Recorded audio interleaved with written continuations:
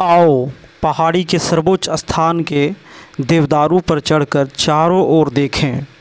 शायद वहाँ बर्फ़, धरती, देवदारू के अतिरिक्त भी कुछ दिखाई पड़े।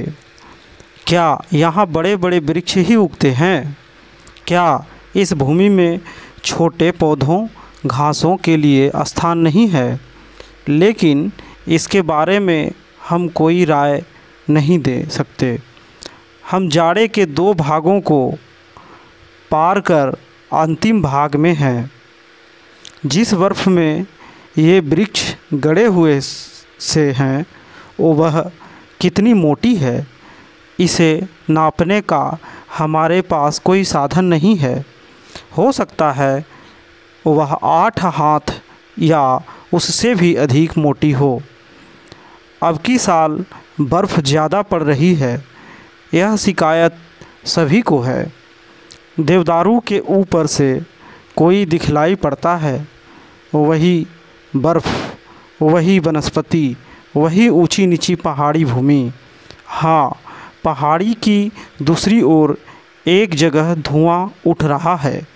इस पुरानी शब्द शून्य अरण्यानी में धूम का उठना कौतूहलजनक है।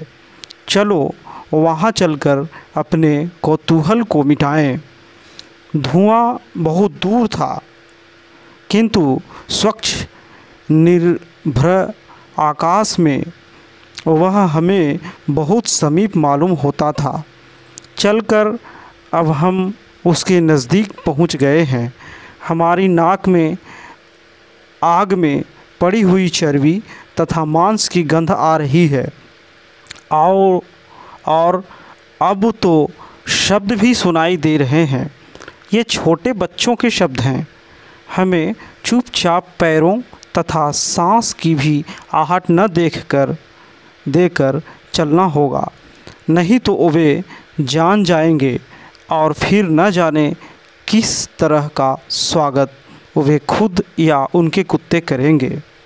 हाँ, सचमुच ही छोटे छोटे बच्चे हैं। इनमें सबसे बड़ा 8 साल से अधिक का नहीं है और छोटा तो 1 बरस का है। आधे दर्जन लड़के और एक घर में घर नहीं, यह स्वाभाविक पर्वत गुहा है जिसके पार्श्व और पिछले भाग अंधकार में कहाँ तक चले गए हैं, इसे हम नहीं देख रहे हैं और न देखने की कोशिश करनी चाहिए।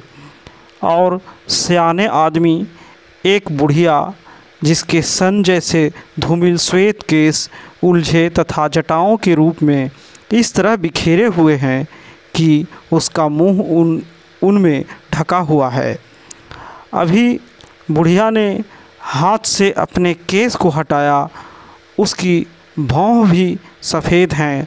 श्वेत चेहरे पर झुर्रियाँ पड़ी हुई हैं जो जान पड़ती हैं सभी मुंह के भीतर से निकल रही हैं। गुहा के भीतर आग का धुआं और गर्मी भी है, खासकर जहाँ बच्चे और हमारी दादी हैं। दादी के शरीर पर कोई वस्त्र नहीं और कोई आवरण नहीं।